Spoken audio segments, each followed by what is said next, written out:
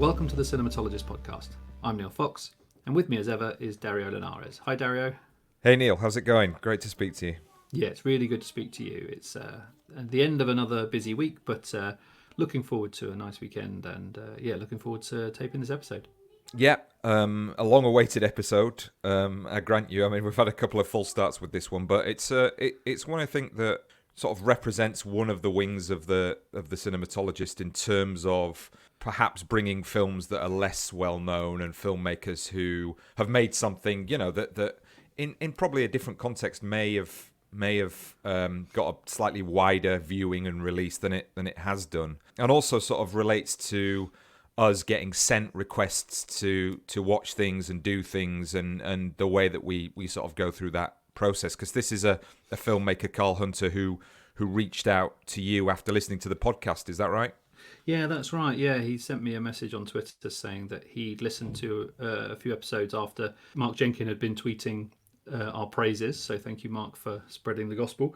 And he'd listened to your fantastic interview with Mark at Filmstock, and then a couple of others, and thought, this seems like the sort of place that be a good place to talk about his film. And he just reached out to sort of make contact, and it was really nice to be, it's always nice to be sort of approached by filmmakers. And we do get a lot of requests for this kind of thing, and it's tricky because we do want to have a diverse kind of representation of the types of films, but there are so many factors that go into it in terms of timing, what the program already looks like, and whether we feel like we can bring anything to the conversation, and also whether it's going to shine light on a film that might not necessarily get that kind of treatment anywhere else. So there's a lot of that goes into it, and also you kind of want to like the film and for it to be interesting to talk about in the first place. I know that you'd sort of you sort of said before when we've had this, you're trying to find the right kind of participant rather than someone who's just out for sort of 10 minutes of a kind of promo.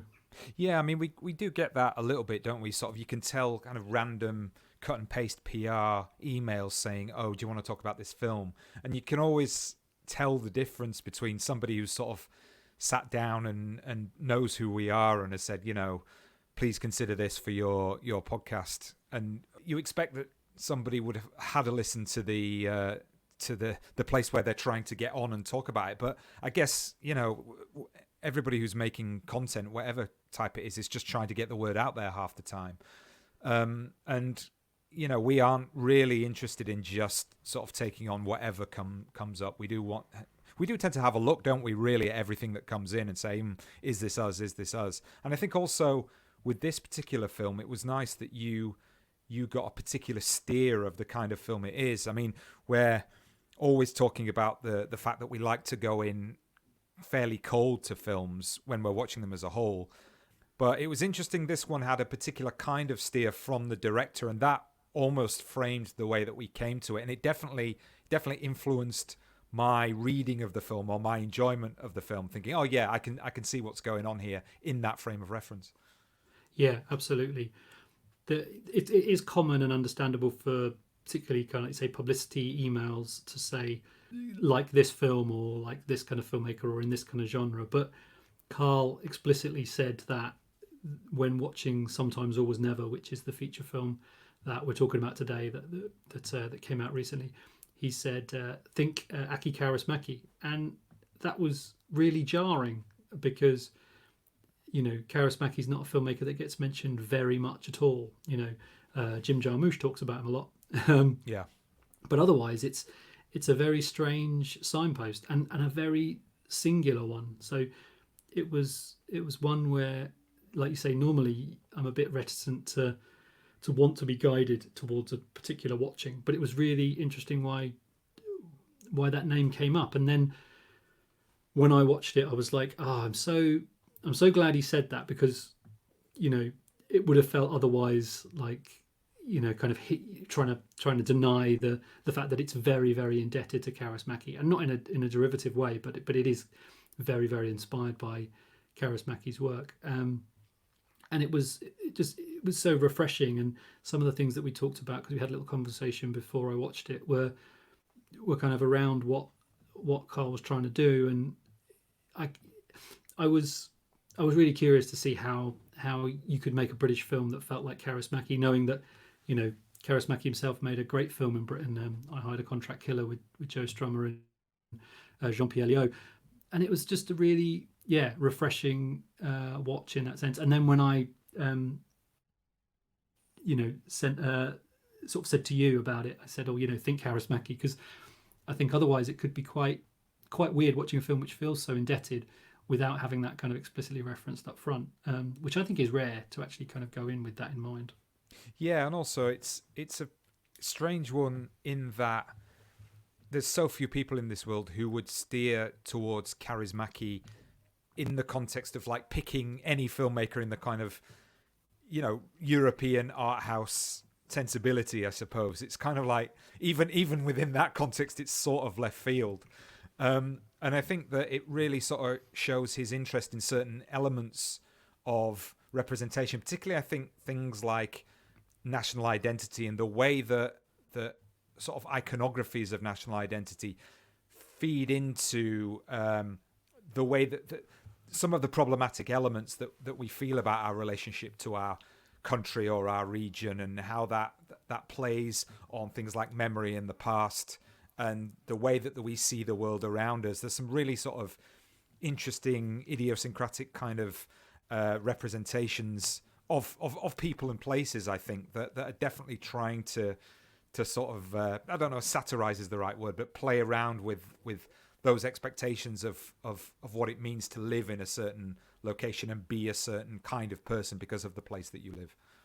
Yeah, no, I think that's fair. And I think satirical, I think, is a good way of looking at it. Not necessarily like, laugh out loud or kind of very direct, but kind of subtle, playing around with this idea of what is Britishness. And I think one of there are so many other influences in the film. And since talking to Carl, I've gone on to write a chapter for a book that's coming out about the film. And I focused on influence and the amount of kind of influence, particularly non-British influences that are in the film. And it feels like a comment on Britishness in the sense of, well, Britishness is not kind of parochial England without kind of any kind of wider context, because the history of Britain is one of influences coming in either by invasion or kind of dominance, or Britain being dominant elsewhere and bringing that stuff back, and it's kind of, I think the film is quite subtly kind of thoughtful about that, which is why the Kaurismäki influence kind of makes sense, because like you say, it's kind of using other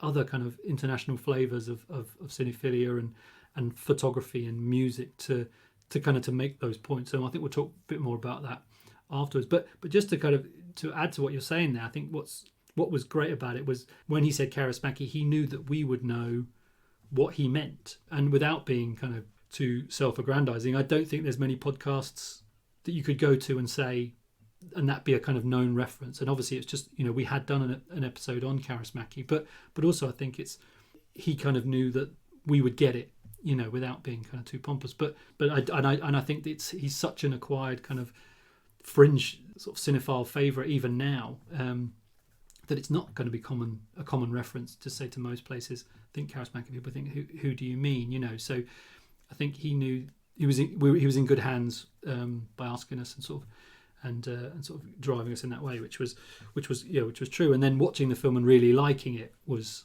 kind of was a great feeling, because you there is still that worry that you'll watch something and not kind of enjoy it, but also not find anything of interest in it that you want to talk about. And thankfully on the podcast, because I think we've chosen quite well, we've never really been in that situation. Absolutely. So, looking forward to it. Let's listen to yourself talking to Carl Hunter about Sometimes, Always, Never. Whenever you make a decision, whatever you choose, there's another universe somewhere where you made the opposite choice. I can't remember where you said to meet now. Coast Guard Station. Is it near the sea? There are mysteries unsolved. You'd like this. It's like Scrabble, only with pig princesses. What's a pig princess? We'll have to make a night of it. No, we'll go on. We'll come back in the morning. It's already getting dark. I didn't bring a toothbrush. Which do you want? Cyberman or Dalek? His brother went missing, and ever since then... The prodigal son. All he ever talked about was you. I'm the one who didn't run away. I always say the only good thing about jazz is that it scores very highly on Scrabble. You don't fancy making this a bit more interesting, do you? A wager. Muzjiks. What? An indentured Russian peasant. I knew I'd heard it before. You hustled him. Didn't hustle him. I smashed him. Their son goes missing. They're going to look at the body. The one that might be our Michael. And you hustle him out of 200 quid. When you put it like that. Obviously, you're welcome to stay. Grandad, that's my bed. Shh. There's a girl who walks past 2 bus stops to be at the same bus stop as her, but who doesn't speak. When this is done, the thing you have to remember about these buttons is sometimes, always, never. You look spruce. Doesn't he look spruce? Where have you seen those words before? In a game of Scrabble. Our Michael used to play them. He's not coming back, you know. What have I got to be scared of? The only thing I'm scared of is dying before I sort this out. He talked about going to meet some guy off the internet. Is he mentally enfeebled? No more than he ever was. Do you want sex in my bed? Well, we won't get around sex in Jack's bed. I'm not Tarzan. Why are you worried? He's a very experienced sailor, isn't he? Is he?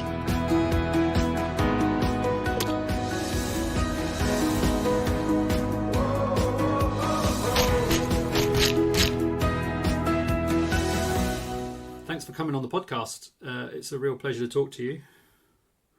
I've spent the last few days sort of immersed in your world, thanks to the materials that you sent me, which was really, a real honour to kind of to see your process in terms of how you kind of put stuff together, which has kind of led to quite a few of the questions.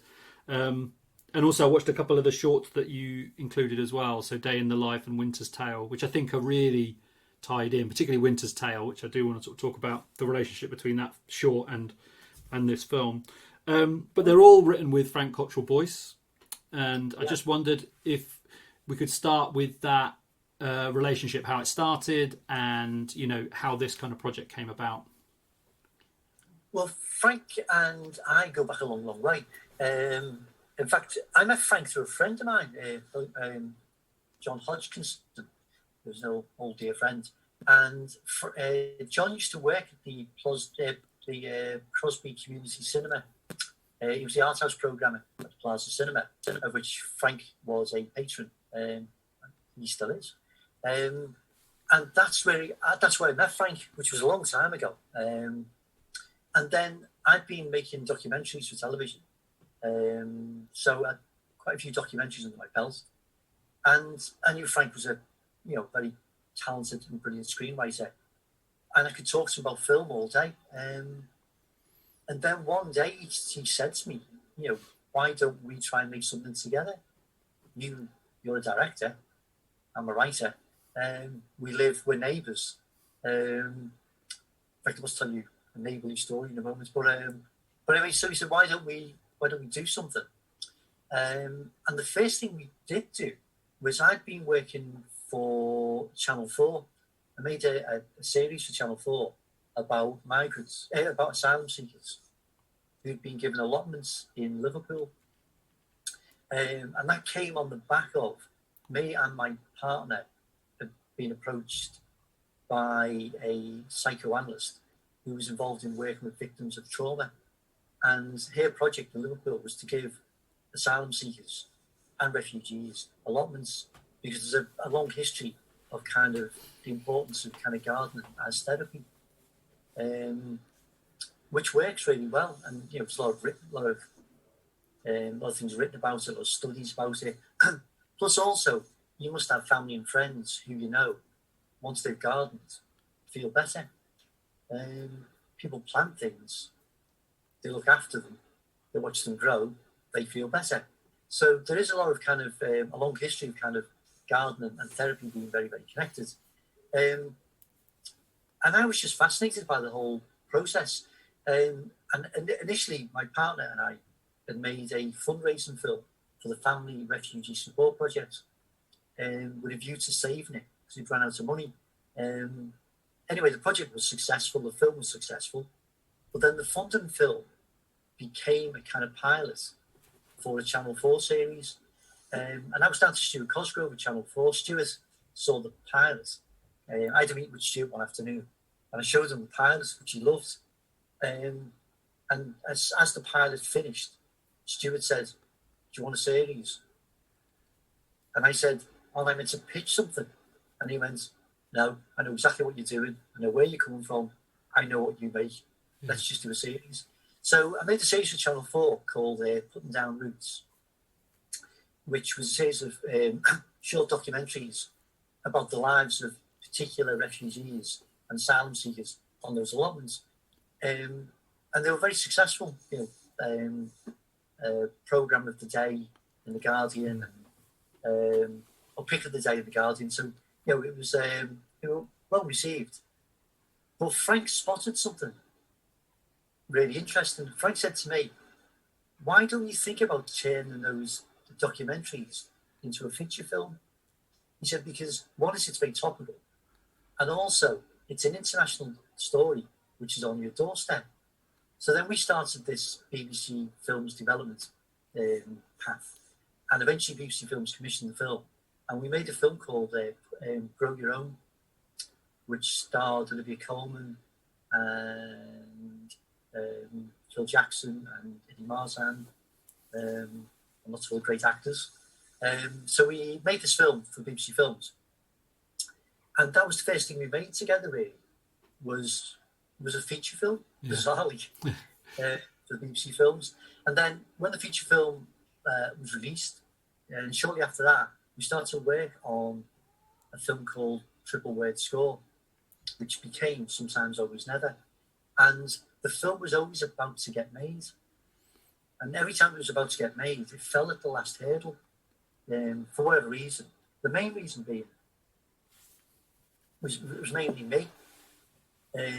Because, and I'm sure you're very aware of this, is first-time directors are like an anathema to people who film films, which is crazy. Yeah. But I can't change that. But it exists, and there's no point pretending it doesn't exist, because it does. So the reason the film never got off the ground in the early stages was every time it was close to being funded, someone would say, the bond won't secure funding for Carl as a first-time director. Ironically, I'd made Grow Your Own, which I co-wrote with Frank, and I produced. And it was directed by Richard Laxton. And the BBC even offered me a training kind of scheme, if you like, that if I went on set every day, which I did, I went to every single meeting, pre-production, production. I was on there every day to shoot. I was at the edit. I was at post-production. So I kind of gone through the whole journey of making a film. So despite all that, a first-time director is still, as I say, an anathema. So the film was always going to get made as a Triple Word Score, and then it always failed. And then my old band, The Farm, our drummer, Roy Bolter, is a very successful screenwriter for television, and also a very successful producer. And his company, Hurricane Films, is very successful. They did the Terence Davis films. They've just done The Last Bus, Timothy Spall. But one day I was in a van going to a festival, bus rather, going to a festival with Roy to play a gig. And then Roy just said, "Why don't you let us make the film? We make movies. I've been in a band with you for the best part of 25 years. We're very old friends. Why don't you let us try and get the film made?" And it's something you think, oh yeah, this is a man I spent 25 years with, playing, he was playing drums in a band, I played bass. We are the engine room of a pop band. We are the engine room of a pop band. What's a film? What's a producer and a director? So anyway, so Roy said, "Let me have a go, and I'll see if I can get it made." And bless him and his partner, Sol Papadopoulos, by hook or by crook, they got it made, which was an enormous achievement. But they did get it made. Amazing. And so when are you making A Day in the Life and Winter's Tale? Is that pre this shoot? Yeah, both those short films, A Day in the Life and A Winter's Tale, made pre Sometimes Always Never. I've made a few other things with Frank. short films, kind of art projects, photographic projects. I worked on a book with him, which won the biggest book prize in Europe, biggest children's book prize in Europe, called The Unforgotten Coat, which maybe chat about a little bit later. So I've done a lot of things in a multimedia way. Yeah. I'd been a photographic illustrator for a book. I've been an illustrator for a web scene he did, which was great fun. Did all the illustrations for that. I wrote a soundtrack and songs for a Radio 4 play he did. So I've been a composer. Yeah. So I've worked with Frank as a director, an illustrator, photographer, a composer, and day before yesterday I was the milkman. He lives nearby, and a friend of mine gave me a crate of ale. My friend owns a microbrewery, and he brews this beautiful ale called Formby Blonde, which is a very pale, light ale. It's very nice. And he dropped me, I bumped into him, he gave me a crate of ale. So I popped down to Frank's and left 2 bottles on his doorstep. And the next morning on Twitter, he posted, my neighbour's the best milkman you could have or something. So I've even been his milkman. So I work with Frank in a multimedia way, which I'm very fond of because I love multimedia. Yeah. So A Day in the Life and A Winter's Tale. A Winter's Tale came about because the British Council were looking for directors to reimagine Shakespeare to kind of 400 years after his death. They wanted to kind of look at how would you reimagine kind of classic Shakespearean text. So they asked Hurricane Films to recommend someone. And Hurricane said, well, we work with Frank and Carl, so why don't we ask them? So then Frank and I then went on this journey of doing this micro Shakespearean tale. Visually, it looks very, very connected to Sometimes, Always, Never. You know, there's a lot of very similar locations, similar compositions, a very kind of Kaurismäki approach.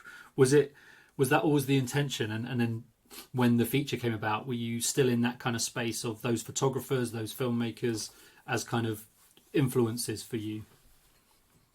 Yeah, I think my head's always been in the space of a very particular group of artists, be them photographers, graphic designers, painters, or filmmakers. I am stuck. I'm not stuck in a rut, but I am stuck in a world which fascinates me. I mean, I'm very open-minded as well, and show me something new, I'll probably love that as well. But there's a certain thing I like, and as I get older, I'm liking that thing even more as well. And photography is really important to me. I'm a huge fan of photography, and photography really shaped my life because as a young boy, growing up in North Liverpool, where I lived was a community arts project called Art in Action, which was a fantastic arts project. Quite maverick when I look back, although I didn't see it at the time. But basically it was a group of anarchists and socialists and communists who kind of ran this community arts project. Anarchists and communists in the same room at the same time. Now there's an education when you're 14. But what the community arts project did was it kind of, people like me would stumble on it and they would teach you to use a 35mm camera. So by the age of 14, I could load a Pentax K1000 with a roll of 35mm film, run off a roll. I could process it by hand, I could print it by hand. So I began to understand lenses very early on. I understood chemistry, I understood how films processed, and so the kind of the chemicals and chemistry involved in taking photos. But more importantly, what I did learn, which I never understood at the time, was the idea of the arts project I was involved in was it was about you going out and documenting where you live. So in fact, at the age of 14, I was a documentary maker. But I didn't know that. I just thought it was a 14-year-old kid with an obsession with the Jam and the Clash who had fun with a camera. That's what I thought. Yeah. Well, actually, there was a seed planted there, which was, I then realised I've got a great interest in how an image tells a story. Now, I know that now, but at 14, I couldn't have even begun to realise that was the journey I was starting on. Yeah. But that's what I began to realise was the power of images. And what does working with, for watching those films over the last couple of days, it feels like you have a great freedom in terms of being a very visually led director. And I wonder if that is, you feel kind of, it's hard to sort of say, but you feel like you can just go off and really, really kind of focus on the visuals because Frank's words are so trustworthy. You know what the words are going to do and you can feel them. And then you can just build this kind of visual world on top of those. Is that a fair kind of assessment of how you feel in terms of that collaboration? Yeah, working with Frank and with Hurricane as well, there's an awful lot of freedom. There's an awful lot of visual freedom. Frank trusts me, which is great. And Roy and Sol of Hurricane, they do trust me. Although I've seen them put their head in their hands a few times and cry when I suggested things. But they, in general, they do trust me. Sometimes I get it right, and sometimes I get it horribly wrong. But the thing is, I think you need to operate in a space where there is trust and there is room for experimentation. It's like, I'm sure you maybe later on you want to get onto it, but in terms of style, I do have a very kind of strong visual style, but that comes out of, again, being a 14-year-old kid, looking through a lens. But that kind of experience got me into an art college. So my degree, my MA, my BA is in graphic design. My MA is in multimedia design and production, which I think is actually called interactive art. Or maybe called that then, or it was a long time ago. So I come from a kind of strong visual kind of culture. But that young lad with a camera, that journey I went on, it was like Narnia, really. Kind of opened the doors to a different world. And that's what I loved about art school, was all of a sudden there were people doing things I wasn't aware of, people telling me things I wasn't aware of, people showing me stuff I wasn't aware of. And then also as well, people connecting and joining up dots, which that itself is a revelation. As a young lad, I was obsessed with music. I was very, very obsessed with record sleeves. In fact, I ended up becoming a record sleeve designer.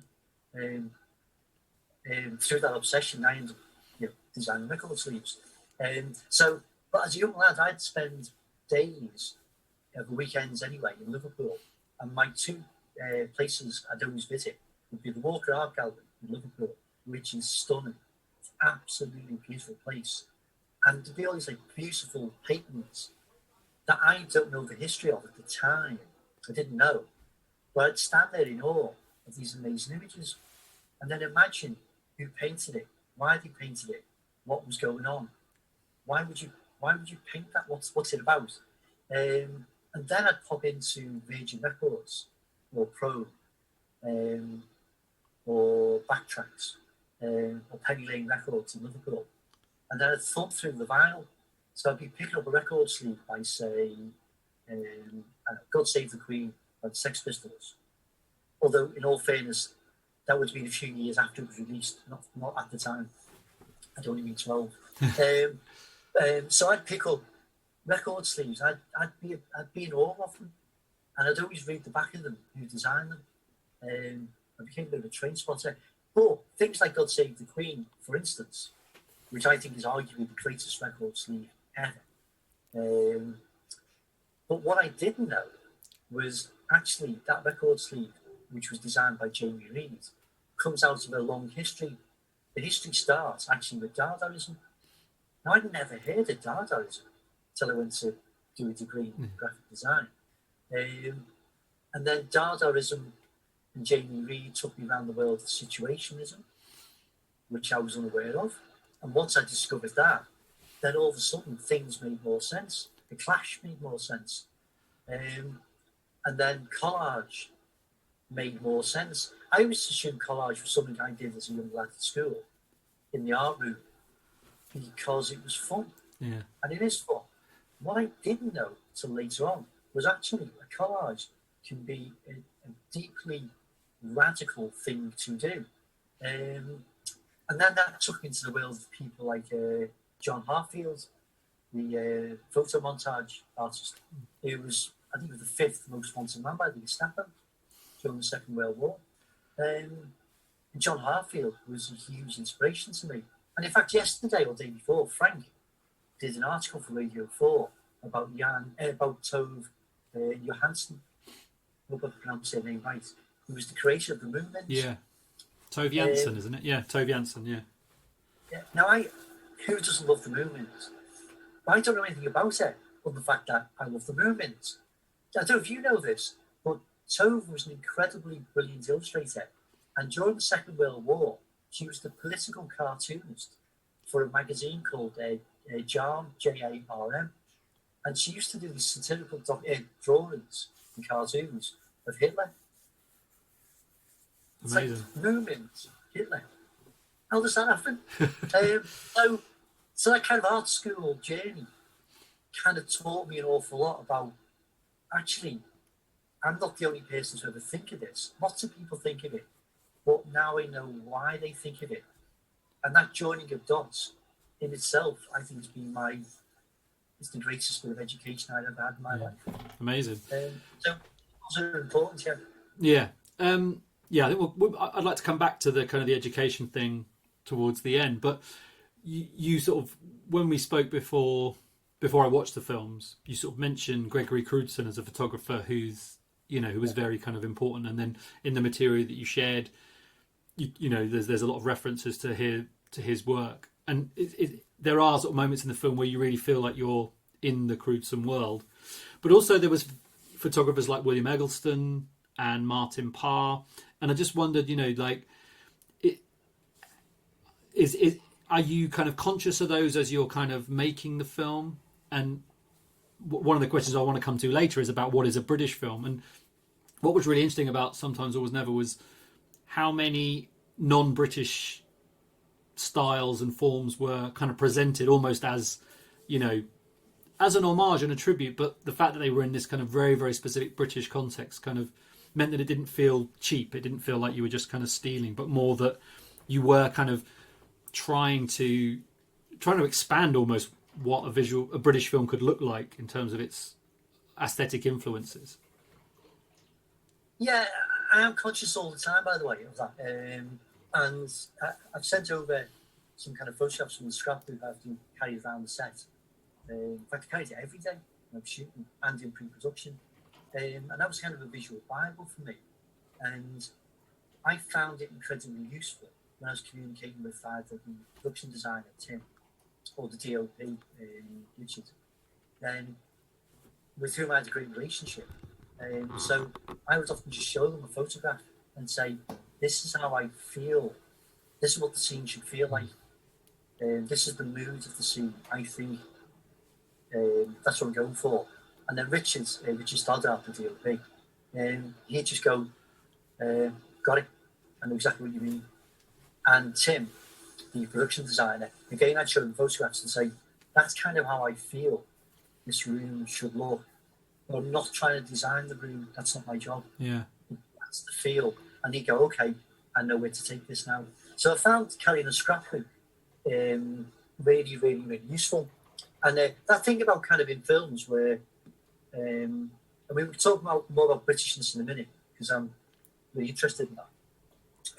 But this idea that kind of in academia, subject we're both entrenched in, but in academia, when you write a paper or a journal, you eternally, you're always referencing other people, aren't you? So kind of weirdly, in academia, if you write a piece about Aki Kaurismäki, like I can say, the only way you'll get it in journal is you have to reference other people's opinions on Aki Kaurismäki. But if you do it in film sometimes, it seems a negative thing. So I think it's the same thing. Yeah. It's like all that really is, one is I'm wearing the heart on the sleeve.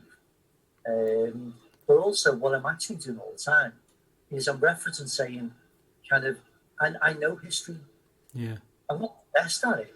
In fact, I'm not even that good at it, really. But the point is, it's important for me to say, I am engaging with history. Well, that's the thing, isn't it? Yeah, there's a difference between repurposing stuff and kind of being in dialogue with it and being in conversation with it and building on it, and how you put together all of those different influences and different flavors and then bring your own ideas and your own kind of ethos to it. And I think that that's sometimes a fine line, but what's felt in your film is very much that you are engaged in a dialogue with that stuff rather than just saying, look at this cool image or look at this cool image. Yeah, well, I'm glad you said that. Thanks for that. Yeah, because my intention is to use a certain style of photography or design or some kind of visual signifier. That's what I'm actually saying is I'm not using this because I can't think of anything else, and it's a quick way of getting around the problem. It's kind of, it is me saying I am engaging with kind of film history, and I am nodding to people I admire without a doubt. I mean, there's definite nods to Bill Forsyth, definite nods to Kaurismäki, nods to Wes Anderson. So, but it is about talking about kind of, I am thinking of film history all the time, you know, because I'm very interested in film history. Yeah. One of the films that struck me the most, which you haven't mentioned, and you didn't mention it before we spoke, was Hal Ashby's Being There. And particularly in Bill Nighy's performance, you know, which feels like it's in a kind of liminal space, almost like a ghostly presence, you know, in terms of not necessarily like what he's doing, but or what the character's doing, but his performance feels like he's outside of everything else that's going on, but connected to it on this kind of higher plane, and that's to do with plot, but very much to do with, you know. So is that a film that you're aware of, or is that a kind of unconscious thing that's come in? No, Being There is a film I was very, very aware of. In fact, if you look at the poster, it's very similar. Yeah, you know, you can see again there's a kind of nod there as well. No, I was very conscious of that film. The link or the reference to that film would have been much, much more significant, because in the original draft of the film, or the early drafts, there was much more of a ghost story running through the film. Because Sam Riley used to spot his brother Michael throughout the film. Just like a figure that would appear, and then when he'd look again, the figure would be gone. So actually, in the original early drafts of the film, there was much, much more of a ghost story running through it. And the Being There reference or nod would have been much more obvious, actually, had we shot the original kind of early versions of the film. But we moved away from the ghost story in the end a little more. I think it's very powerful in terms of the absence of Michael, you know, is felt really much. And I did want to talk about Nighy's performance, because I think one of the things that's hinted at in a lot of his performances but never really explored is what a great physical actor he is. But he's got a very subtle physicality. But you very rarely see it explored or exploited to its full. But you really do that. You really lean on how he moves and how he stands and how he is in a frame, you know. Is that part of his acting that you kind of really wanted to pull out, or was that something that came out of the process of working with him sort of one-to-one? Yeah, I mean, I did want to pull out with him an awful lot, that kind of sense of let's try something slightly different. But the great thing about Bill is, I mean, he's an absolute joy to work with. I mean, I can't sing his praises enough. He's a hugely talented man, but his generosity is just unbelievable.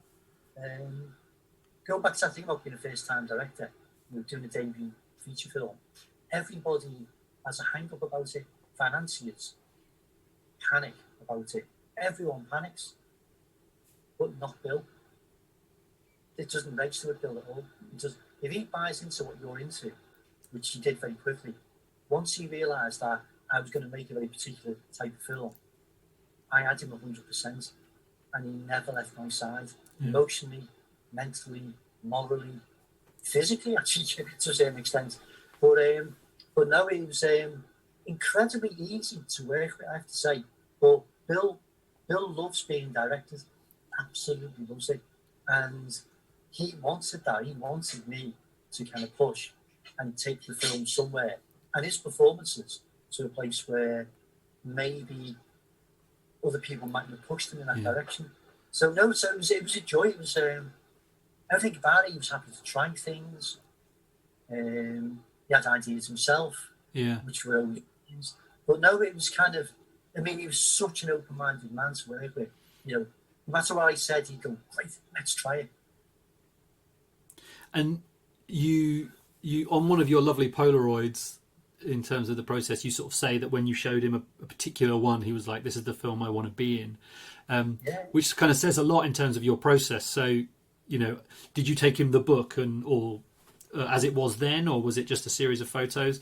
And what I loved about that, which is kind of not really connected, is how the Polaroids are planning and a reference, but they're also a record, you know, in terms of the milestones of making the film. So that kind of Polaroid becomes both a reference point for the actor, but also a record for you of that moment when Bill Nighy said, "I'm in," you know. Well, there's, I think one of the photographs I sent you on the Polaroids, I may have written on one of them, this was the photograph that Bill said the reason why he'd be in the film was this photo. That's it, yeah. I'm not sure. If I haven't seen that, I will do. Yeah, no, that's the one I'm talking about. Yeah, it's such a lovely moment of knowing that that's played such an integral part in what's followed, and that you're reflecting. I mean, it's a true story. If you kind of Google Bill doing interviews about the film, he often brings it up in conversation. But we had the lads from Hurricane, William Sol, and Frank and I went to meet Bill for the first time, which has been nerve-wracking really, because I'm a first-time director. I mean, Bill Nighy. You know, it's Bill. It's like, oh dear, what do you say? What do you do? You know, kind of, will you like me? All those things, kind of, you know, understandably, you know, churn away in your mind. Actually, it was. I had no reasons to be nervous in the end. Bill was charming, as he always is, and he said, I love the script. I really, really love the script. And he said, I'm not bothered about Carl being a first-time director. Anyway, I have no concerns whatsoever. All I need to work out is kind of, are we on the same page, effectively? So he said, the only thing I've got, it's a low-budget film. The budget was $2.5 million. So, you know, which in terms of British indie films, that's relatively small, but £2.5 million film. And Bill said, my only concern is that often there's a sense of indie filmmaking, which is based in what we can kind of masquerade as truth. And he said, that's my only concern, really. And I said, well, can I say something here? Because can I show you something? And in my inside pocket, I had a collection of Polaroids that I'd taken on one of the many walks I did and do regularly. And I said to Bill, can I show you a collection of Polaroids I take of the journeys I go on every day on the walk? And so, like a pack of cards, Bill went through them. And he said, hey, these are beautiful. He said, did you take them? I said, yes. He said, these are beautiful. And he stopped at one of them and he held it up. He said, I'd like to be in that film. And I said, that's the film I'm going to make. And Bill went, okay, let's do it. Pretty much that's almost word for word what happened. Yeah, amazing. And I was so shocked when he said, okay, well let's just do it. And I don't know what it was, but I didn't have a comeback. Because I didn't expect to be sat in a hotel with Bill Nighy going, I'll be in your film. It's like, what? It's like, how does that happen? So I didn't really come back at first. So we did the other thing we always do, me and Bill. It's talk about clothes. So we commented each other on our clothes. I had a vintage Fred Perry on, which he spotted straight away, including the ear. So I commented on his coat and his jacket. And then that's where the journey started. So then I was in touch with Bill all the time then. And in the run to the film, we discussed the film an awful lot. And he just loved, I'd say I go around I'd go meet him. And so I've got an idea for this scene. I'm going to take all the noise out of it. There's going to be no dialogue in it. There's going to be no sound in it. There's going to be nothing in it. And I'd be a bit nervous thinking, would he go for that? Would he be happy? Is he uncomfortable? And Bill would just go, that sounds great to me. Let's just do it. Yeah. So it was easy, really, in some respects. It was easy, but it was good working with Bill because of that thing. He did say, I love to be directed.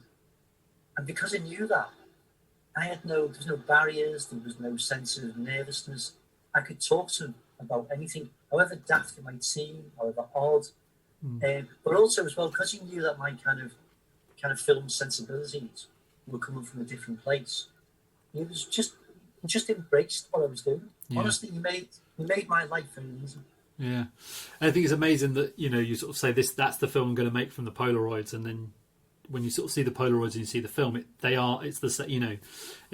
you have a very, very distinct visual style, which is very clear from the Polaroid material, and then very evident in the film. So I wonder if we could kind of talk about that, because one of the things you said before is like, what is a British film? So that's one of the questions that I was kind of had in my head when I was watching it, and it doesn't look like many British films, but it is kind of quintessentially British in its feel, And I was thinking about that. And I wondered if what makes it so is the kind of the shifts between the tones. It's very funny. Bill's very funny. His turn of phrase is very, very quick, very, very sharp. But it's also very, very moving, and it kind of glides between those two planes effortlessly. But it's not like it's one thing then another. It's both things at once. And I wonder if that's something which is in a lot of the best British films, is being able to have those kind of two layers. Mike Leigh's work, which was a kind of, I was thinking particularly of something like what am I thinking of? It's completely gone out of my head now. The one where Timothy Spall is a chef. Is it High Hopes? No, maybe not High Hopes. Completely gone out of my head. But that kind of, there's a stylizedness to it which allows you to kind of shift between pathos and comedy. Yeah. At a drop of a hat, but not to kind of pull the rug out from under the audience, but to hold those both those things, which your film does really, really well. Well, I think, I suppose from a directing point of view, in terms of performance, is I did speak at length to the cast about how I was going to direct, and, what I was going to do and how I was going to do it. That was all fine. But what I did say was, the script is quite funny, but I'm not making a comedy. So none of the lines are meant to be played for a laugh. So I remember reading some about Charismatic a while ago. Can't remember where, but someone said of him that his films are they're a dry comedy they're a dry comedy and they're warm-hearted. That's what he does, dry comedy and warm-hearted. And I suppose that's what, if there was a kind of a bar for me, it was that. It's a bit Bill Forsyth. Yeah, Bill Forsyth, exactly. Yeah. dry comedy, but warm-hearted. And also the other thing I said to the actors was that this film is optimistic and it's not pessimistic. This is not a pessimistic film at all. In the same way, I suppose, Bill Forsyth, he doesn't really make pessimistic films, does he? His films are nearly always, all of them, I suppose, they're all ultimately optimistic. And that was the other thing I said to the actors was, this film is optimistic. Without any doubt, that's what it is. But always bear that in mind. And dry comedy is something I'm a big fan of, because there's some really funny lines in it. Some very, very good comedic lines. Yeah, I'd say the only Bill Forsyth film that probably isn't is Housekeeping. But again, there's some really funny moments in it as well. But yeah, I think you're right, and I think it's quite rare. It's rare in British cinema, I think. Yeah, it is rare. Yeah. You know, there's always much more of a cutting, sharper edge. You know, which is not to say that there's not a politics in the film, but that it's not as sharp, I guess. Yeah. The Kaurismäki thing, I think, is fascinating, because what I love about his cinema is the way it creates a world for characters who are assumed in the real world but rarely seen. Yeah, they're certainly not seen on screen, and rather than putting them in quote unquote realistic places and spaces, it creates a kind of heightened space, giving them almost a kind of otherworldliness, and acknowledging at the same time the politics of the fact that these are characters who we don't really know what their world looks like, because it's only ever conveyed in certain terms. And that was really, really wonderful about your film, was the sense of these are characters we just don't see in terms of their interior life and what we sense about them in terms of their background and the things that have happened to them and things like that, which is not just the main family, but then also the other family that kind of is also part of the film, with their own ghosts and their own tragedy. Well, the idea of kind of, I mean, the only films I want to make are optimistic films. I don't want to ever make a pessimistic film at all. I only want to make optimistic films. But also, I think in terms of like, I don't want to make gritty reality films either. I've got no interest in doing them. But I do like heightened reality. I love the sense of like any kind of heightened reality. And the thing about cinema anyway is kind of, kind of the early projectors were called ghost lanterns. That's what they were referred to as. And I suppose with Sometimes Always Never, you've kind of got, it is a ghost lantern, isn't it? I don't know what I mean by that.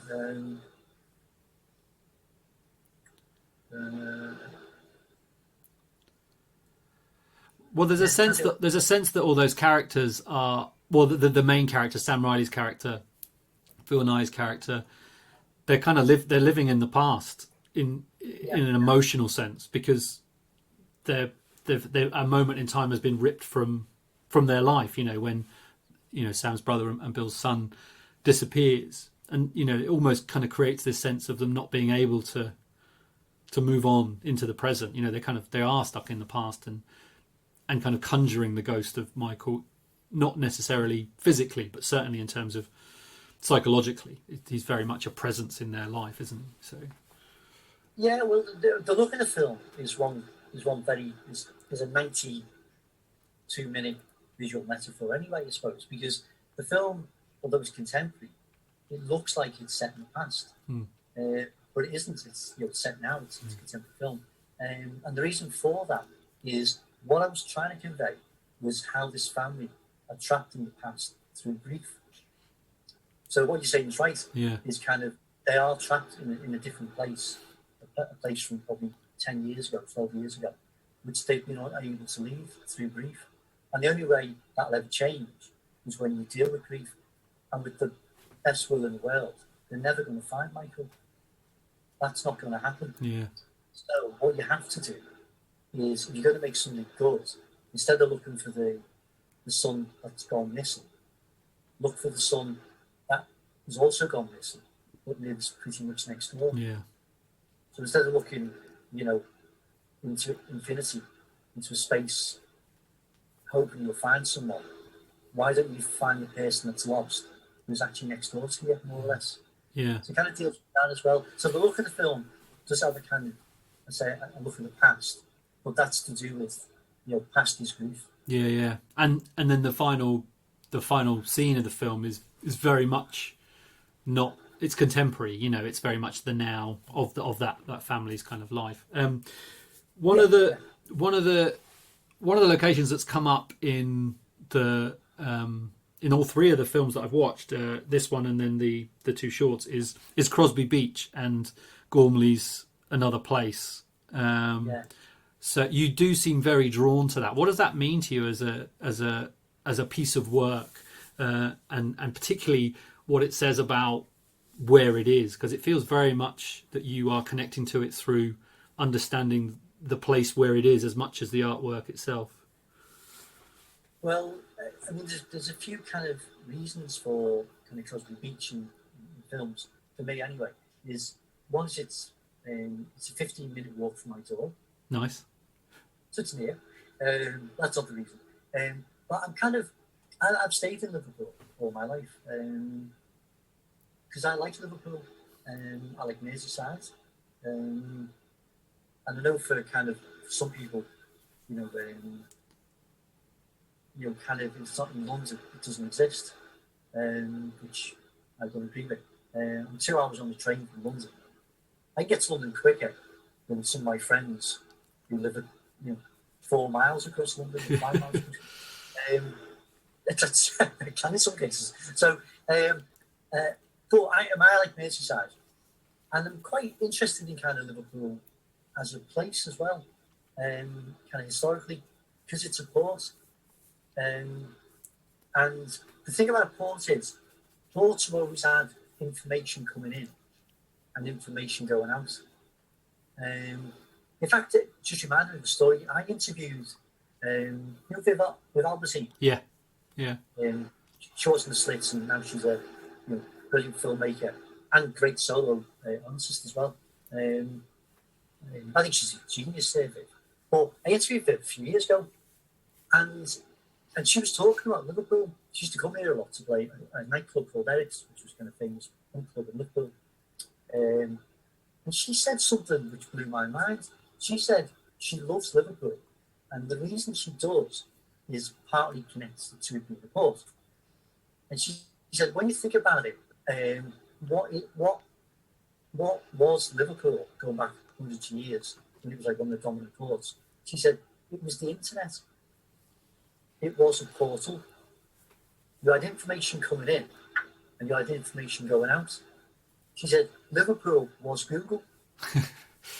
And I kind of, that's always kind of really, really stuck with me. Yeah. Because she's right. Because when you think about it, in the days before, when communication, certainly distance anyway, it was incredibly difficult to do. Liverpool, and other ports as well, but Liverpool, I think in particular, was receiving food, dress, music, politics, design, all those things were coming in.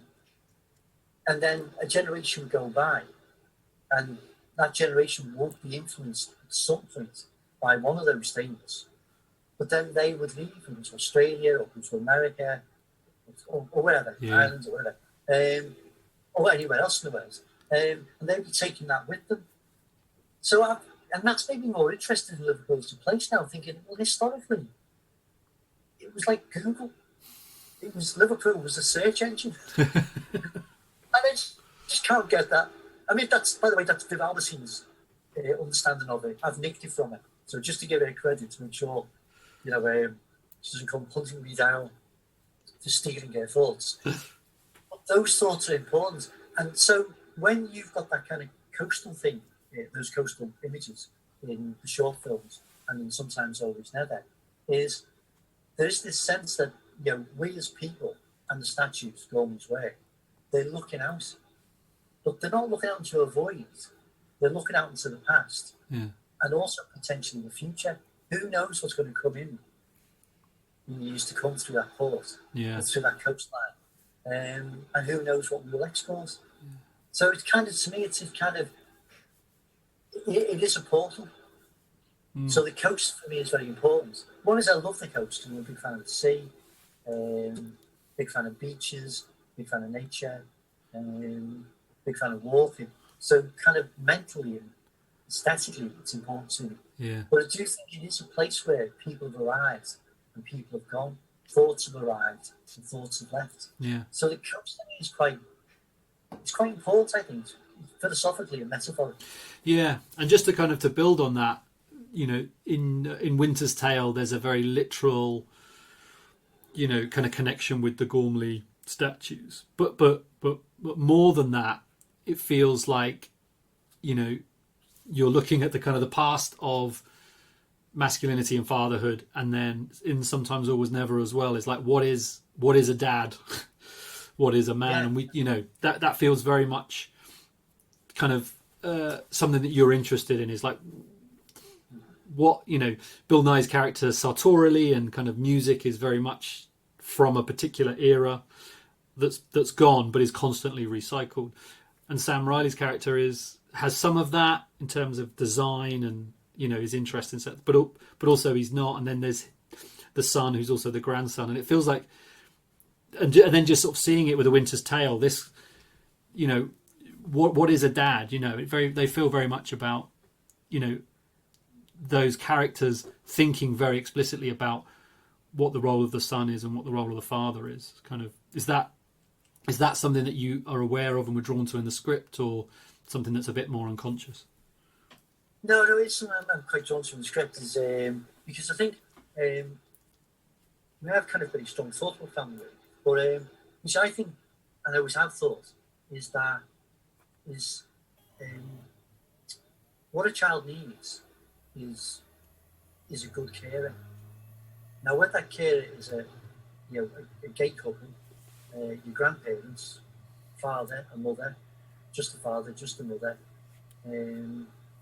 foster parents or whatever.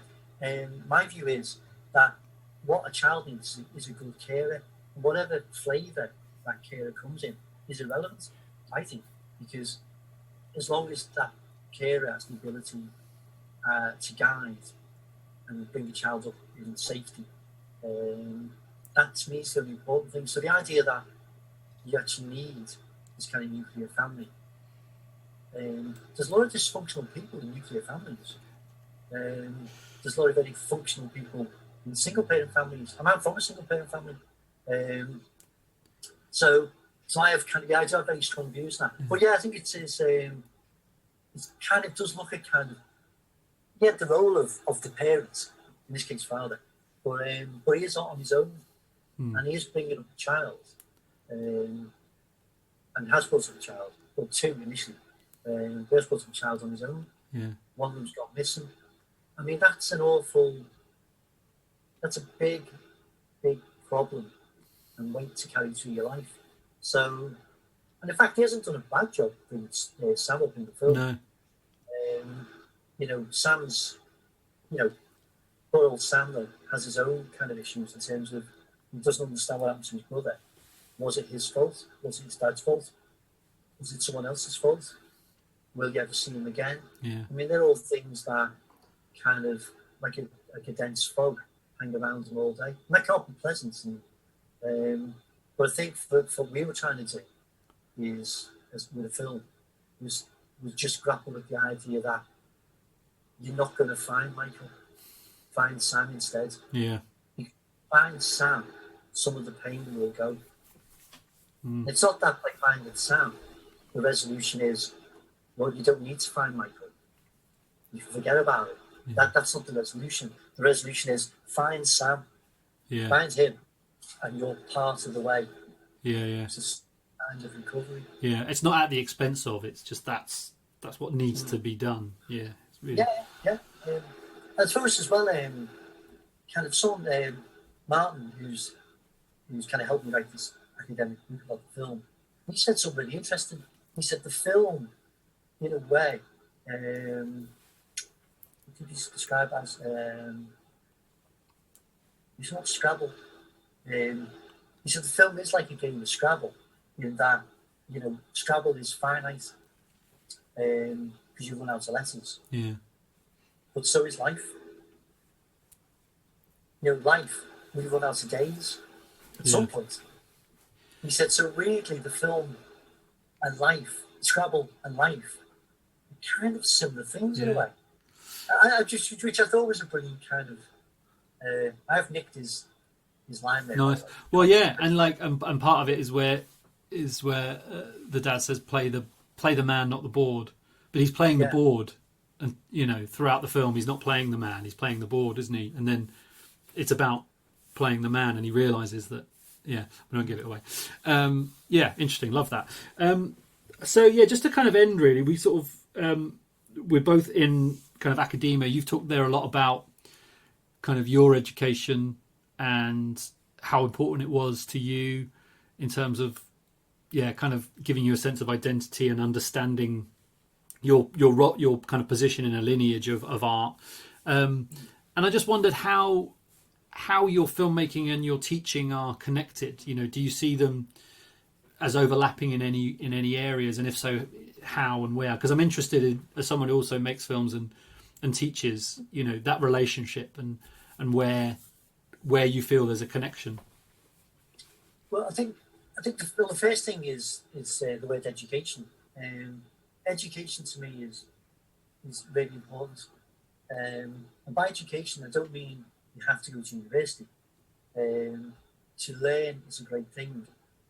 I think to have someone with you who can take you on a journey of education and do it kind of successfully and with kind of care, I think it's a good thing. When I was younger, on that community arts project I mentioned earlier on, Art in Action, well, I had great teachers. Now, they never trained as teachers, and if you called them teachers, they probably wouldn't react too well. But I think they were brilliant teachers because they taught me an awful lot. They also taught me that, you know, young lads living in a council house in North Liverpool can be a photographer, can tell stories, you know, can be an artist. No, you shouldn't sound too pretentious. But why can't you be any of those things? You know, because the answer is you can. Yeah. There are restrictions to it. Class is a barrier. You know, finance is a barrier. All those things are barriers. But that doesn't mean you don't have the talent to do it. What it does mean ultimately is that society will ring fence a load of restrictions, often based on class or on gender or various other reasons. That will happen, may happen, or will happen. That doesn't mean you can't do it. Doesn't mean you don't have the talent to do it. And that to me is good teaching. I think that's a good teacher that makes you go, all right then, it's like I've got permission to think. Yeah. So education to me is very, very important. So my kind of draw to education at the university and filmmaking is kind of similar in a way. It's not me on some kind of ego trip trying to tell these kids there's one way to do something. This is how you'll get a job. Because hopefully you will get a job. But it's not about that. It's more about kind of is trying to encourage the kids to think in a way in which they think about the world, not just about themselves, where they fit in the world, and kind of what's going on in the world. Can what they do make a difference? I'm not saying that I'm trying to teach a load of young people and churn out a room full of Ken Loaches. Not that it would be a bad thing. But that's what I'm trying to do. They are themselves. Yeah. They can be what they want to be. But I think it's important, like when I went to art school or on the community arts project, is that there's people around you who go, have you seen this? Have you watched this? Have you listened to this? Just so you go, wow, people do that. Like Brick God Save the Queen. Yeah. I never knew Save the Queen actually was based on a situationist montage, which was based on the Dadaist montage. I didn't know that. But now that I do know it, it opens up all sorts of doors where I can go and discover things. Also, there's a montage, there's something called a montage artist. And all of a sudden you end up on the journey. So I think with education, I think what educators need to do isn't really necessarily telling kids, students what to do, but really kind of opening doors and saying, have a look at this, think about this. You may find something in this world that resonates with you. Or maybe it's like a light bulb moment where you go, wow, people do things like that. Yeah. So to me, education is very, very important. And I think also as well, I mean, class is important to me in a big way. You know, I think certain industries, you know, are dominated by a particular class. And the film industry is a very middle class industry. And, you know, it isn't a bad thing to let other types of people into that industry. Of course it isn't, you know, at all. But I think you know, maybe it needs to do a better job at encouraging people from different socio-economic groups into that world. I know when the film was premiered, and sometimes always never was premiered at the BFI London Film Festival, one of the big debates around that week was about kind of socio-economic groups in the film industry. And it made me really, really happy to see that was on an agenda. People were talking about that. And what I really hope is that that conversation carries on and grows and makes it a much better, fairer place. Because I do think that it would be a better world if more people had the opportunity to take part in things. Yeah. In filmmaking, in any industry. I think it'd be a better world if more people had access to greater opportunities. If it was fairer, I think it would just be better. Agreed. And what's interesting as well, without being kind of too reductive, is that what your film shows is something which is, it kind of flies in the face of the general assumption that, you know, people from a working class background are going to make a certain kind of art, you know, and it's just not true. And I think that education is a way of kind of giving people the confidence to immerse themselves in art of all different kinds, and then do something rather than feel like they have to do a certain thing because they're from a certain background. And I think that's what's really exciting about now, particularly in kind of film and cinema, is that is a conversation that is ongoing, you know, in terms of what is the art made by working class people, what is the art made by women, what is the art made by black filmmakers. And it's like, well, it's just like everyone else, it's just like all the other art, because that's what art is, you know. But it has its own voice, but also it's part of a tradition and that kind of thing. So I think it's really, it's really exciting to do that. And also, I wonder if that's why there's a picture of Ken Campbell in the Tailors, you know, on the wall. Yeah. Ken Campbell, I can't believe you spotted that. Well done. The Ken Campbell photograph is a good story, because when Bill was in Rep, he was at the Everyman Theatre in Liverpool. So Bill was in Liverpool in the 70s for about 7 years, I think, or 5 years. But he was there with Jonathan Price, Ken Campbell, Julie Walters. So he was with what became, you know, a great group of actors, Pete Potter's Race. But Ken Campbell, I think he was the director of the Everyman those days, could be wrong. But Ken and Bill, close friends, very close friends. And Ken famously was a real maverick, you know all the stories. But he was a real maverick. I never knew him, by the way, I never met him. But he was a real maverick. And Bill really looked up to him as a great friend and a great teacher. Going back to education. Yeah. You know, Ken was a great teacher. So when we shot the Taylor scene, we managed to track down a photograph of Ken Campbell. We had it framed and put in Bill's tailor shop, just to make Bill. And when Bill saw it, he was quite emotional, actually. I bet, yeah. Wow. Very touched when he saw it. Yeah. So the reason the Ken Campbell photograph is in the tailor shop was really a reference to Bill's younger Bill, who was training to be an actor in Liverpool, where Ken was his mentor and teacher. So it's a nod to that.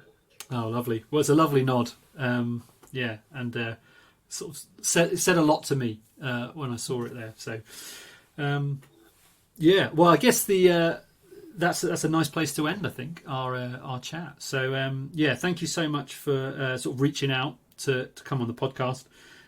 It's been a real pleasure talking to you, and well done on the film. I think it's really wonderful. I really loved it. Well, thank you.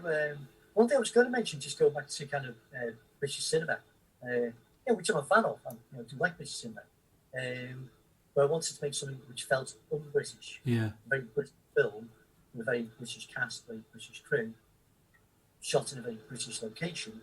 But I was keen to make it feel very un-British, which is what we picked up on. I saw a film a number of years ago by Corrida called Malabossi, which I may have pronounced that wrong, so apologies to anyone if I've offended anyone with my pronunciation. But Mauro Bossi was Corrida's debut as a director, because Corrida had a history of making documentaries, and then he made that leap into doing his first feature film. And weirdly, in his first feature film, there's very, very few close-ups in it. And in fact, when you watch that film, have you seen the film? A long time ago, yeah. Well, the film's it feels quite distant. There's a kind of, there's a dissonance to the way in which that film was shot. And I saw it on the cinema, by accident actually. And when I saw this film, but I remember thinking, I've never seen that in cinema. The film feels slightly further away than it should. And there's something about the grammar of the film which doesn't feel normal. Anyway, it turns out he very rarely shoots a close-up in that film, if indeed ever. Yeah. Ever. And when I was planning and thinking about Sometimes Always Never, Mauro Bossi was a big part of that kind of process as well. And I did think about that kind of, Corrida, brilliant filmmaker, and that kind of leap he made with his directorial debut, with making a film which kind of looks at film grammar and dismantles it and says, well, let's try a different grammar. Yeah. Let's try a different syntax. And that was on my mind a lot. That was a big part of it. In fact, Danny Boyle, sorry to name drop, Danny Boyle, when he watched the rough cut for me and gave me some feedback, which was so lovely of him. Kind of, another man who's very generous with his time and his generosity. He's a lovely fellow.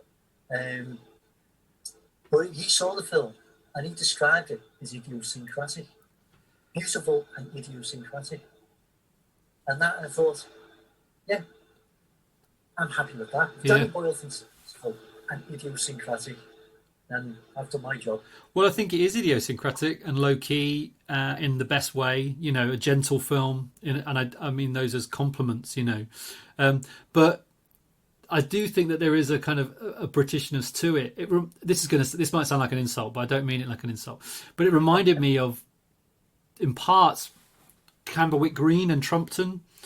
I know, which is such a weird thing. But in terms of like, you and then I read your Polaroids, which was sort of, one of them sort of says about the Scandinavian otherness, and I thought actually, that's what it is. It's this kind of, composition, which is a distance as well, like old kind of British TV, but there's something about where everything is and how and the perspective of things, I think, is what I was thinking of.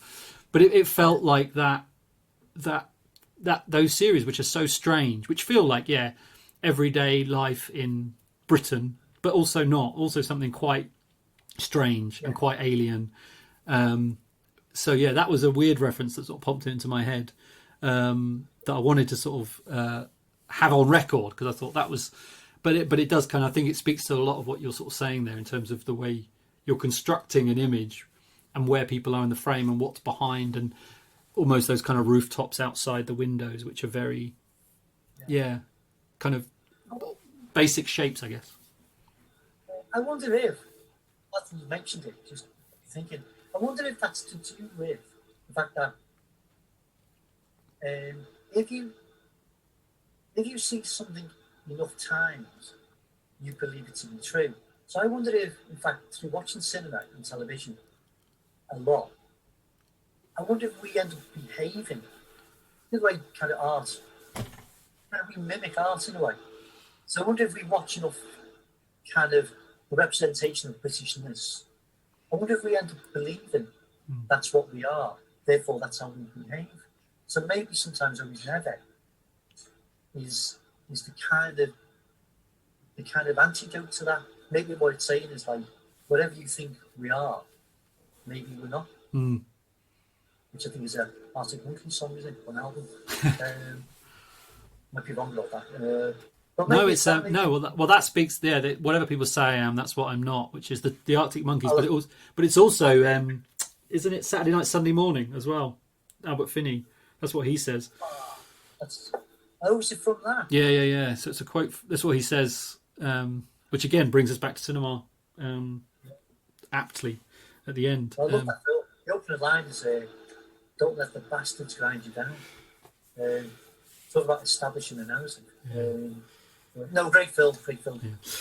Cool. Well, yeah, lovely conversation with you. Thanks for taking the time. I know we've all got time, but still, it's nice to actually make time and kind of get into the filmmaking and kind of and cinema in such a way. So thank you so much for coming on the podcast.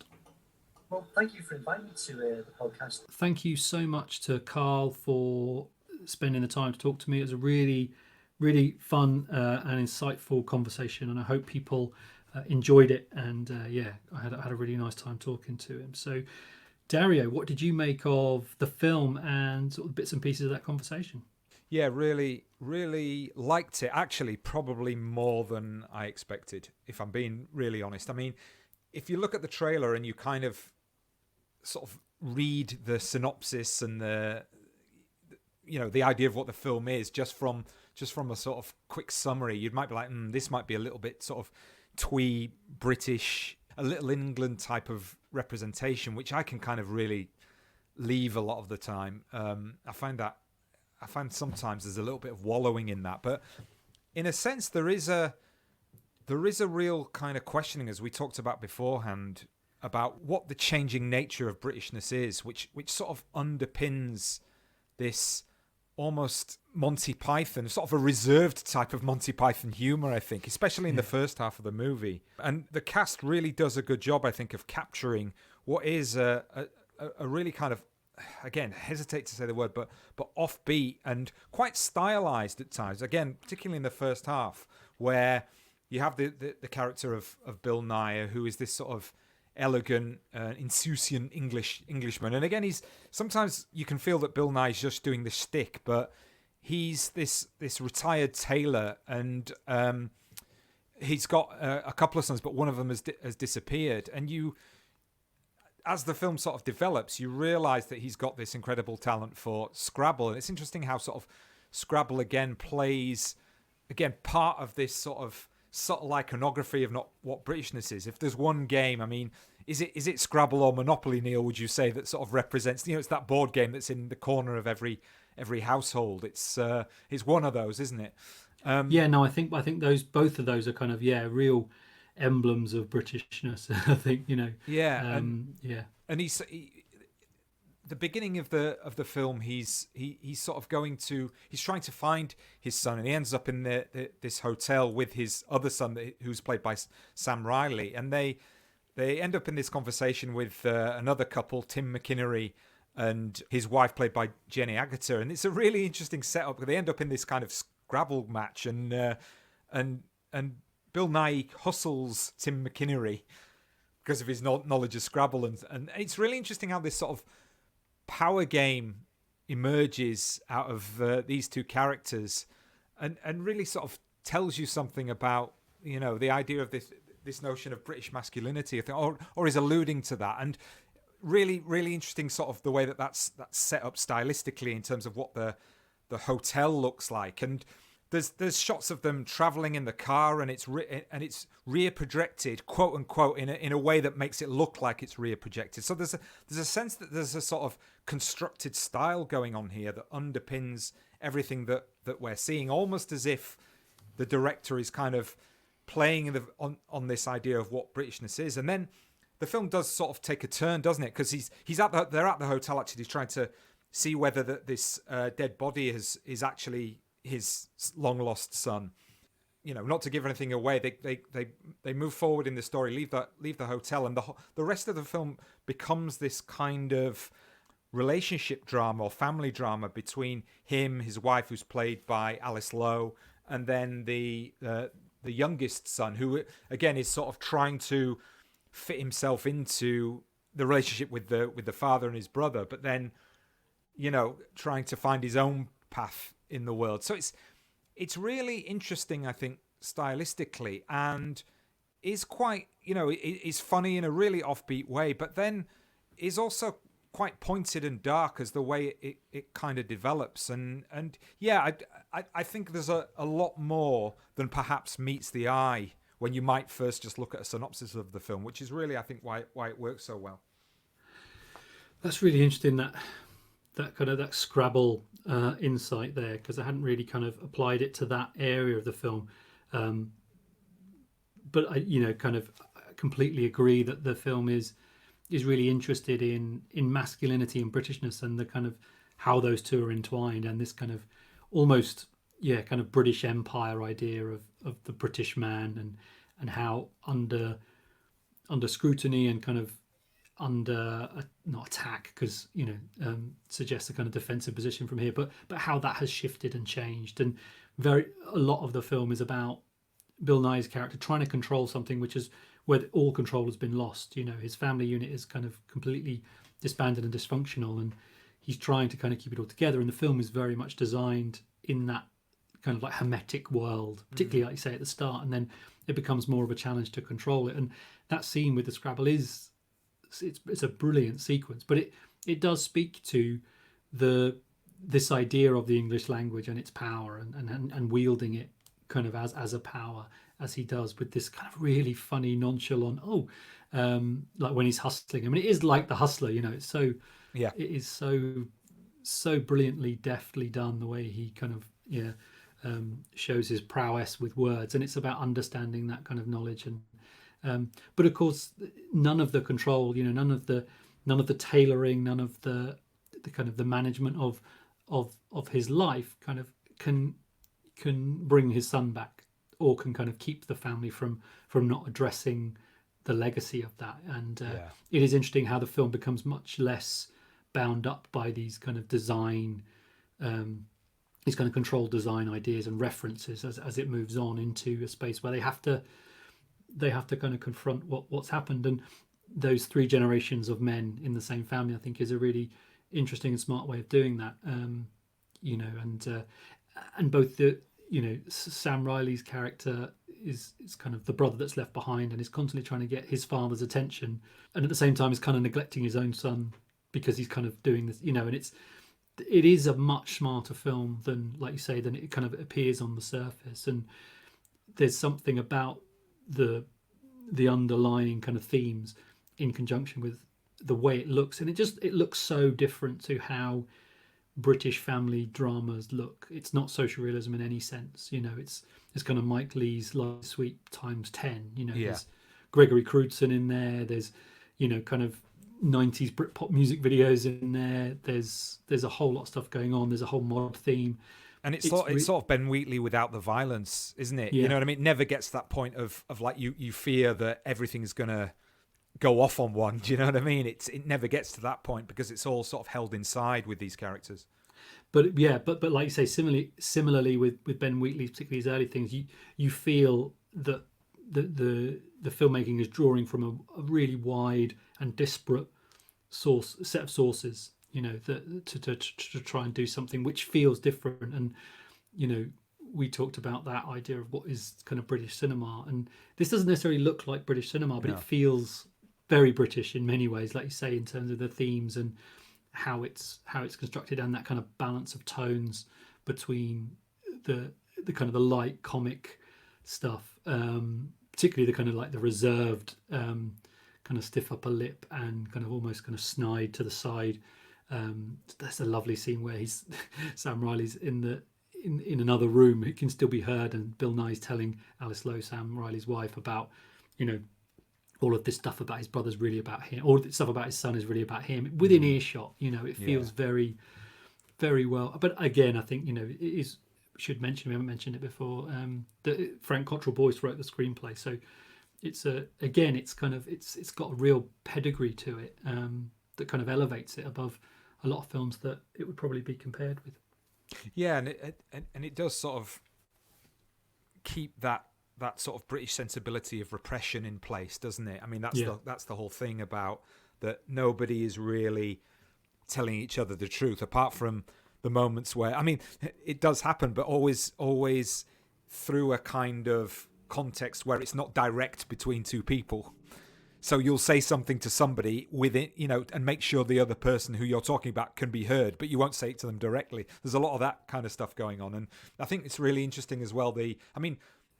Again, the Bill Nighy does does a really good job, I think, in conjunction with the grandson, who's played by Lewis Healy, in terms of that kind of trying to bring him, sort of help him grow up.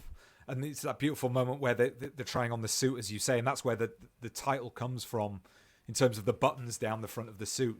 Top one is sometimes, middle always, bottom never, and it's kind of like that presentation of self, of masculinity, and the sense that we've actually moved away from a time where fathers would educate their sons in terms of dressing. Do you know what I mean? It feels sort of kind of quaint in that way, and the middle son is obviously yearning for that from Bill Nighy, and he's giving it to the grandson. So there's lots of interesting stuff going on, and I think with Jenny, but he can't give it to his son, can he? Because it's his brother's, his other son has and like you say, it's so wound up in the grief that they're kind of they're inhabiting about the kind of the lost son, which is kind of, and it's also interesting. Just that scene is so lovely where he kind of dresses the grandson, and the grandson wants to impress a girl. Yeah.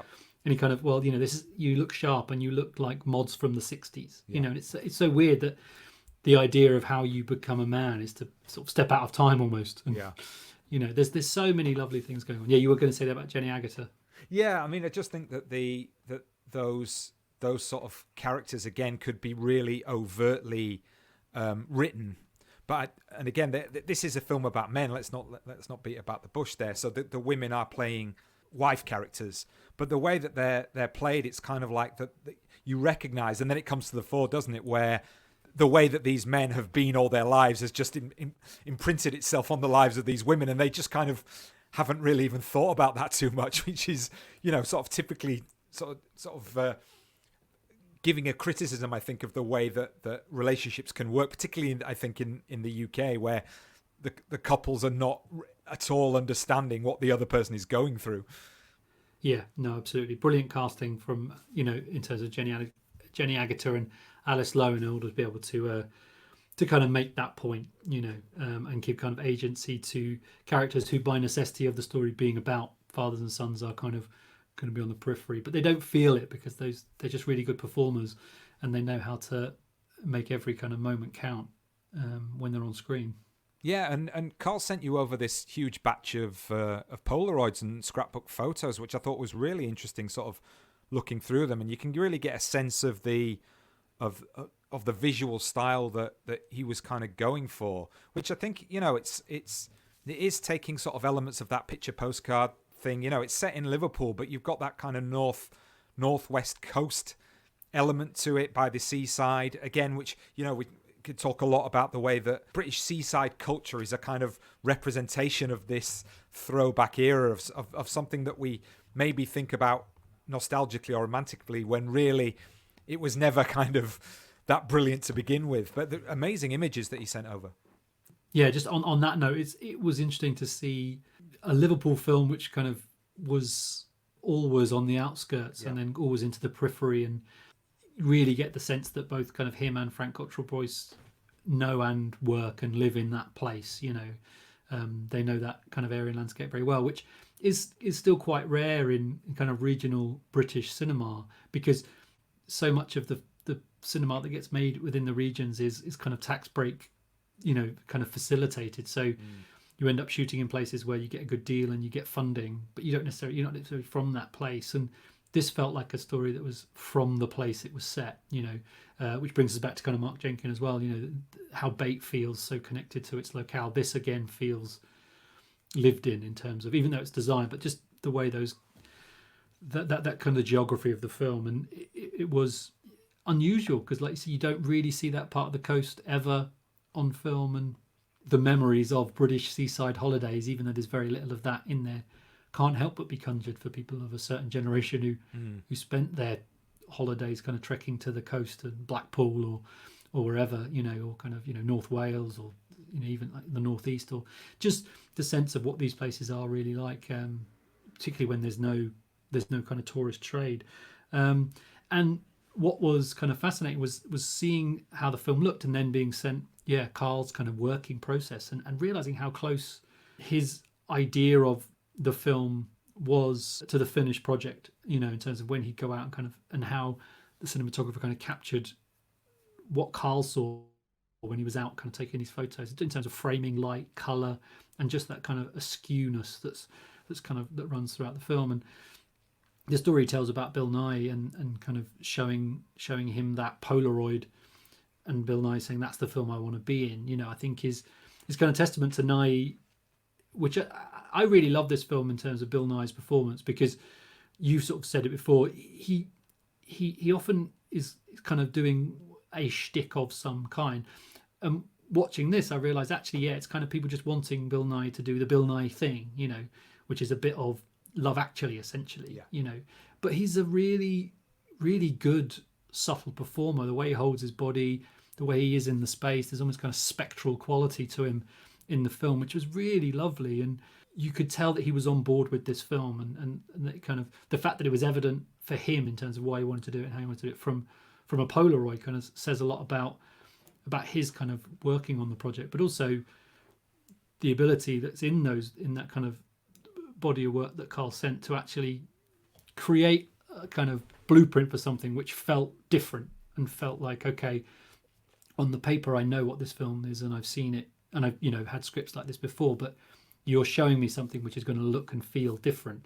And he just gets on board with it and delivers a really wonderful performance. And yeah, it was really nice to, you know, particularly for us, because, you know, and me in the sense of I'm interested in the process so much in terms of how and why filmmakers do what they do. So to see that, and for Carl to be able, you know, to kind of trust to share all that was really great. And he's given us permission to put the a couple of the images up on the show notes as well, so you can kind of see what we're talking about, which is great. Very kind of him. Fantastic. And I just wanted to ask you, actually, in terms of the kind of structure of the film, because it does go in directions that you're kind of like, it's sort of forcing you into realizing that this isn't a formulaic film. So obviously, you know, when films do things that are unusual structurally, you know, that often can be a turn off for people, or it's like it's not fitting into a mold that you know, a spectator might think is working. So when there's sort of three specific sections and they take the film in certain directions and do things with the characters that you wouldn't ordinarily do with your protagonists, in terms of kind of like shifting focus, and also, as you say, in sort of stylistic. I mean, the first sort of third is very kind of non-realist, or you know, even surrealist, really. But then it does become much more of a kind of family drama. I just wondered, as a screenwriter yourself, what you thought of the way that kind of put together, how the story was put together in that way. Well, yeah, thanks for asking that. I appreciate that, because it is something that I think about a lot, and kind of carries over from my screenwriting into my sort of screenwriting teaching. And yeah, it is a film where a lot of the turns it takes are not the conceived wisdom of how a screenplay should be constructed. You know, this is a narrowing down in those sections. You know, the world of the film kind of shrinks and shrinks and shrinks. And even though there's only sort of Sam Riley and Bill Nighy in the first kind of section, and Jenny Agutter and Tim McInerny, you get the sense that they're out in the world and they're looking for the brother, and that they're part of something. Whereas normally a film kind of becomes more and more part of an external journey or whatever. And the journey in this film just kind of just narrows down to the family all being surrounded by each other, and then eventually just the two characters kind of wrestling with kind of what's going on, you know, the father and son. It is unexpected, but it's unexpected in a sense of what we've been led to believe a script should do, but it doesn't feel unexpected when you're watching it, because these characters are so richly drawn, and the relationship between them is so richly drawn, that you go with it because you believe that that's what those characters are going through, and that's the direction they're being pulled. And I always believe that the character is what drives everything else, and this idea that you create a structure and then kind of plonk characters in and get them to hit certain targets just really frustrates me. And this idea that there's a history of screenwriting that you can call on, I think, is deeply flawed anyway, you know, and the history of how films have been written, even in Hollywood up until the 70s, you know, all these kind of masterpiece scripts that get dissected all the time were not written how they're taught. You know, they were written by teams, they were written under deadlines, they were written, you know, just in sequences. You know, sort of you write 10 pages and then let's film those 10 pages, then write another. You know, there's so many kind of contexts which come into screenwriting that are kind of ignored in this kind of this guru idea, you know, this kind of, and which has become the industry idea, that one person sits down and writes a 3-act film with a journey that builds and builds and builds, and there's a big revelation. And you know, that doesn't happen here, and it's all the more interesting because of that, which is probably why it's more of a kind of a niche proposition, because there's still this idea that a film has to do other things in order to be quote unquote successful. But the journey that these characters go on feel rooted in this world, and it's really meaningful the way that story is told. And I, for one, I'm always pleased to kind of be confronted, particularly with British or American films that are so character driven.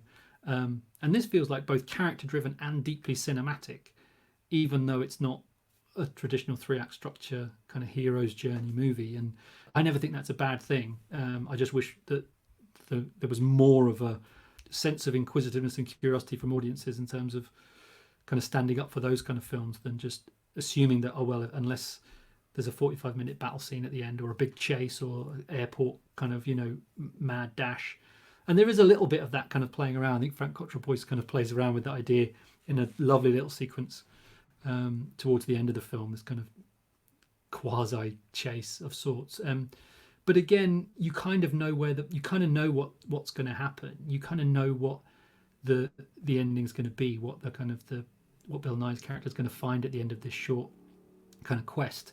And that's okay. You know, like, it's about him admitting what he knows. It's not about everyone in the audience kind of having this big revelation. It's about watching a character come to terms with what they already know, which is not going to make for necessarily the most dramatic kind of cinema if you're looking at kind of explosions and chases, but it's certainly a kind of moving into the film, watching a character wrestle with grief and admit that the child that they've been looking for is never coming back. You know, yeah. That found it very moving. You know, that the film kind of able to withstand the pressure to do something else. Yeah, and I think, you know, it's part of the reason, really, isn't it, why we wanted to talk about the film. I mean, it was shown, you know, a couple of years ago, so it's not something that's come out with a big bang. And obviously, I think it's been released recently, just, you know, it's content out there that's good, and it's managed to get a release, and people can stream it now, no problem. But it's so interesting that you know, you don't see this kind of thing that much. It's not Ken Loach, it's not Guy Ritchie, it's not Richard Curtis, Roger Michell, you know what I mean? And yeah, that in many ways is the sort of the anchoring points of British cinema these days. You know, don't get me wrong, there's so much great British talent out there, but it's working on, so much of it is working under the umbrella of Hollywood. And I just think that this kind of movie is not going to get a big audience because of the structural organization of the industry. I mean, we were talking the whole of last year about how amazing what happened to Bait was. It was just like unprecedented. And yeah, it's just nice to talk about a British film in this way. Yeah, and like, you know, it is important if we can get a few more people to go and see it. I think that one of the things when I'm teaching screenwriting is a kind of constantly reminding students, which can always seem a bit negative, but it's true that most of the people who read scripts or kind of work in film don't really know what they're looking at. You know, they kind of use the very kind of broad, general, mainstream signifiers of, you know, what a thing should be, and then kind of try and package it and promote it in that way. And so many films fall through the cracks and take years and years to be discovered because, you know, people working in certain departments of certain companies don't really watch cinema. They don't watch, and so they watch a film that, like you sort of said from the synopsis, feels like, oh, I should know what this is, and then you watch sometimes almost never, and it's not that, it's something else, it's something on its own terms. Most people who read that script will kind of think it's one way, then you look at Carl's Polaroids and it's like, oh, actually you want to make, I don't understand what that is, you know, this script should be a kind of Ken Loach social realist drama about a father and a son. It's like, well, I want it to be something else. And it is important for us to do our bit, and we've talked about that quite a lot over the last couple of years, haven't we, in terms of the kind of projects we want to talk about and films we want to shine light on, other ones that might miss this kind of long form treatment, because people don't really get it, and it's so nice to be able to watch a film you've never heard about, and it to kind of to lead to such a discussion. It's as much fun for us as hopefully it is for the people that we have on and then the people listening. Lovely. Well, yeah, I really enjoyed it, that's for sure. I hope this encourages our listeners to go out and check it out, because it is, just on that fundamental level, it's an enjoyable film to watch. It's something you can sit down on a Saturday night and really, you can get into as a piece of entertainment in and of itself, beyond all of the sort of wider context we've talked about. So hopefully it will get some more watches. Yeah, absolutely. Yeah, that's a good point to end on there, because I think it is, we've been enjoying kind of unpicking it and kind of getting into it, but on a fundamental level, it is just a really good movie with great performances and nice writing, and it looks great with a good score. So yeah. So that will do it for episode 103. If you take a look over at our Patreon page, you'll see that our bonus content is on there. We just released our recent newsletter and a bonus chat. And we still have a couple of episodes to come. There's an interview I did with the film editor Katie Breyer, and talking about her work on Maiden, and on a film called Bruce Lee and the Outlaw, which is, again, another one really worth checking out. And then we are looking to put on a final episode. We've got a few ideas about what that's going to look like, but hopefully something interesting and very special to come. Neil, really enjoyed it as usual. Yeah, really enjoyed that conversation, and glad that you like the film as well. It's always nice when both get introduced to a film that we both enjoy, and looking forward to catching up over the next couple of episodes. Great. So, our audience out there, please get in touch with us on Twitter @Cinematologists, on the email cinematologists@gmail.com. Once again, this has been the Cinematologist Podcast. Thanks for listening.